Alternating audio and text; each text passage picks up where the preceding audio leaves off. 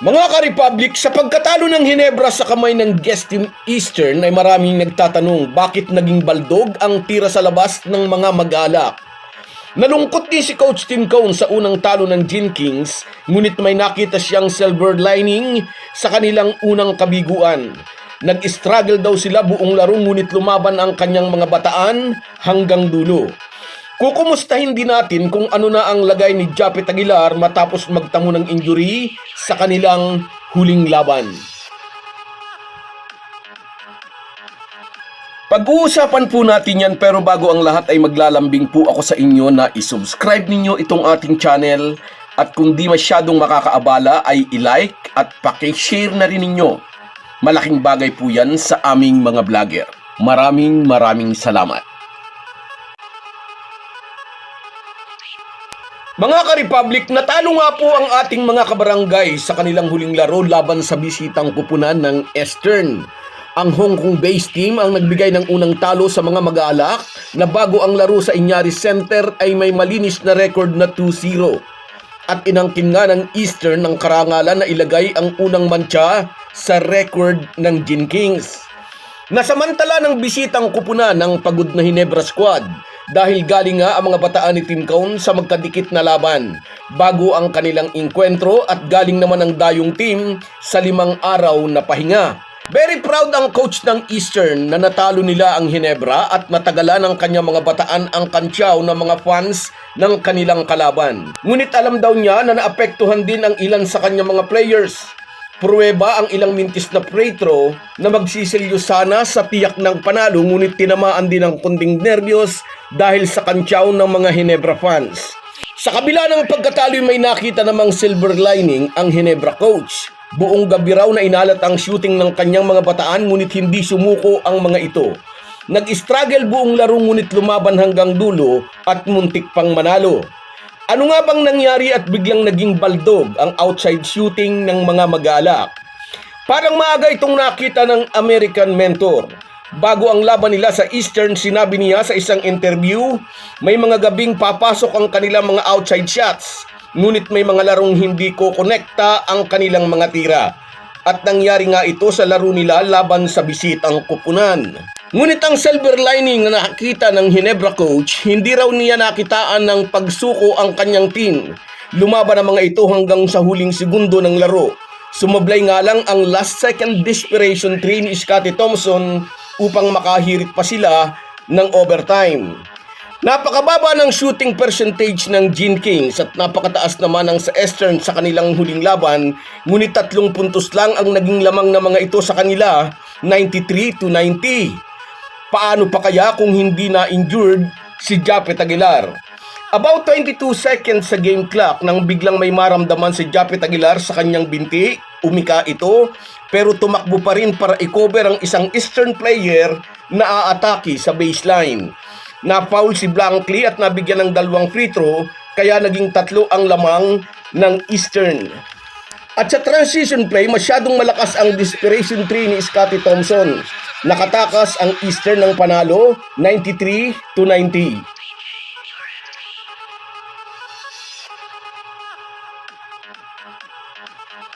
Kumusta na si Japet Aguilar? Wala pang opisyal na report kaugnay sa injury ng Hinebra Center at ipag-pray natin na sana'y hindi grabe ang tinamuniyang injury. Magiging malaking kawalan si Japet sa kampanya ng Hinebra kung ito naman ang masa-sideline ng matagal. Alalahanin natin hindi pa nga nakaka-recover ang ibang injured players ng Hinebra, sina Jamie Maloso, Jeremiah Gray at Isaac Go. Kung magiging grabe ang injury ni Japet Aguilar, mawawala ng legit center ang tropa ni Tim Cone at mababaliwala ang pagdating ni Troy Rosario sa Hinebra.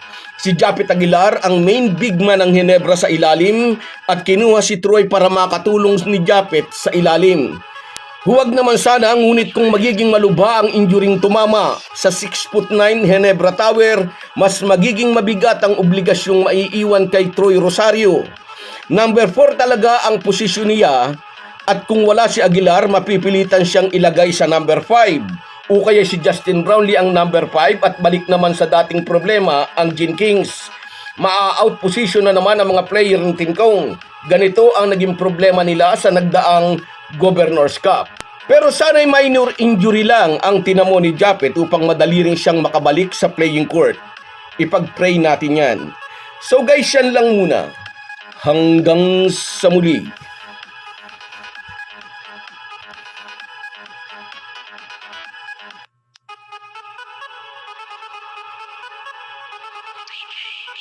Kung wala po kayong mga viewers namin ay walang magtatagumpay na vlogger. Kaya salamat po sa inyong panunood. Shoutout sa iyo, George Española. Salamat sa suporta, idol. Salamat sa pagpasyal mo dito sa ating vlog. Sa iyo rin, Alex Anggagaw. Yes, bawi na lang tayo next time. Shoutout sa iyo. Sa iyo rin, Edwin Felizardo.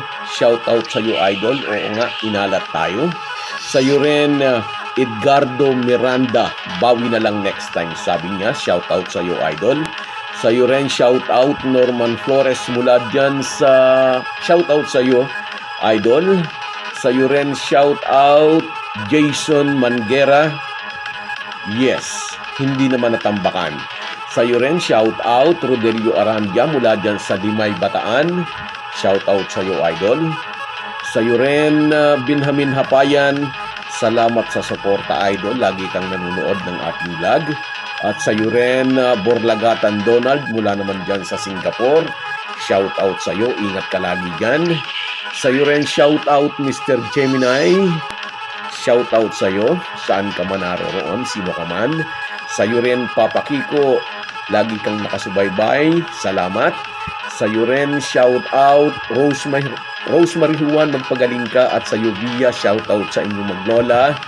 Sa iyo rin, shoutout Liza Maloy. Shoutout sa iyo, idol. Salamat sa suporta. At sa iyo rin, Mercedes Espeleta. At sa iyo, shoutout Jose Rodrigo. Salamat sa inyong lahat. Kahit gaano po tayo kabisi ay huwag po nating kalimutan ang ating buhay espiritual. Lagi po tayong magpasalamat sa bawat araw na dagdag sa ating buhay. Malaki po ang maitutulong ng pananalangin araw-araw. Isang paalala po mula sa inyong Halo Halo Sports Republic.